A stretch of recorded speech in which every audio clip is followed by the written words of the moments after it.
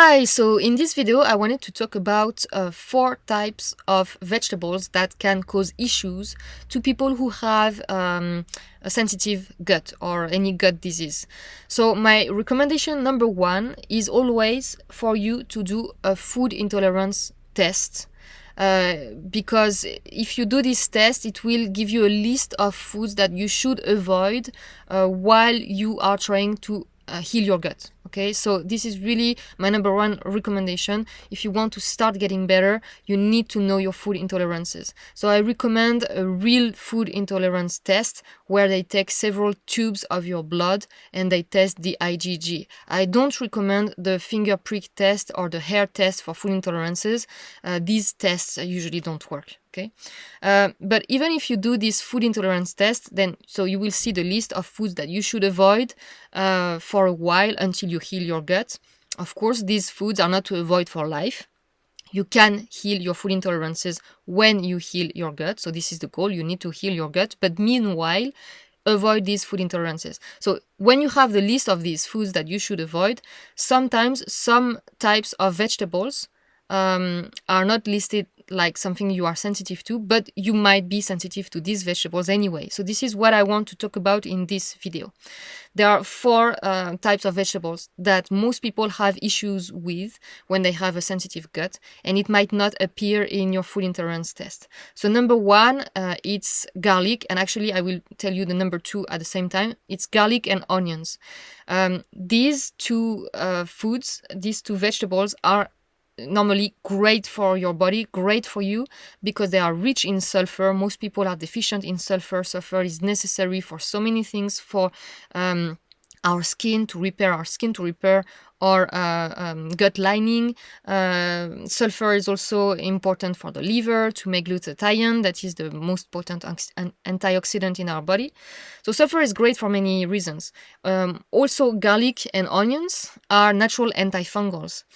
And if you have dysbiosis, these foods should help you get rid of your dysbiosis.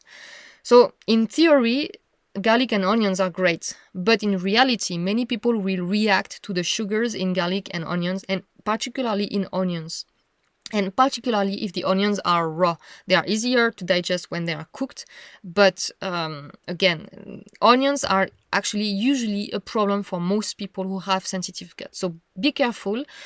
You need to always listen to your body first, of course. So it will depend. Maybe you won't react to garlic or onions. Maybe you will. But just be aware that those 2 vegetables can be an issue. Okay, so if you eat garlic and onion and you feel that you are more bloated, you have more pain, you have more gas, then maybe you might need to avoid garlic and onions until you heal your gut. Another family of vegetables that can cause issue is the cabbage family. I have a whole video about cabbage. I will put the link here. I talk about cabbage, I talk about cabbage juice and so on in this video. So please go watch this video for more information. But yeah, there's also a type of sugar in this family of vegetables, in the cabbage family, that is hard to digest. This is why many people will get bloating and lots of gas when they eat cabbage. So again, it won't be the case for everyone, but be careful of this family. If you have a sensitive gut, you might react to cabbage. So again, if you do, avoid cabbage until you heal your gut.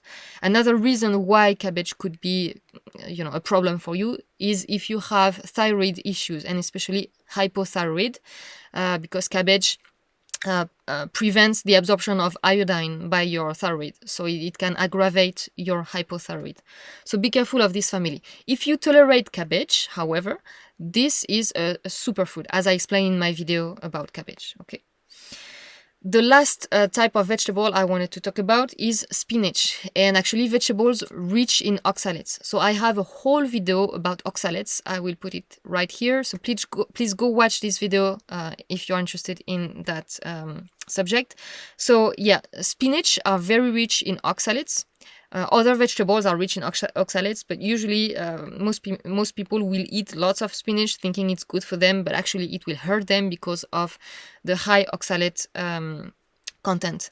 But again, go watch my video for more information about oxalates. So yeah, spinach, it won't be a problem if you eat it from time to time, but if you eat spinach, especially in large quantities every day, or if you make green juices with spinach every day, that's when it can cause issues. So when you have too much oxalate in your body, it can hurt your digestive system, and you can even develop kidney stones. So it can be quite bad. And be aware that if you have a fungal infection in your body, if you have a fungal infection in your gut, Candida or any other fungal infection, fungal infections produce lots of oxalate. So you will already have a lot of oxalate in your body because of the fungal infection. So if you add more oxalates by eating spinach every day, you will have way too much oxalates, and then it will cause many issues. Okay, so yeah, this is what I wanted to talk about in this video about these 4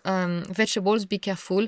Again, you don't need to avoid them if you don't react to them, but be aware that many people react to these vegetables. So I have a website, thecandidasayer.com, that I invite you to go check out. I have a course on how to heal your gut naturally on my website. I will put the link of this course under this video in the description box. Okay, I see you in the next video. Bye bye.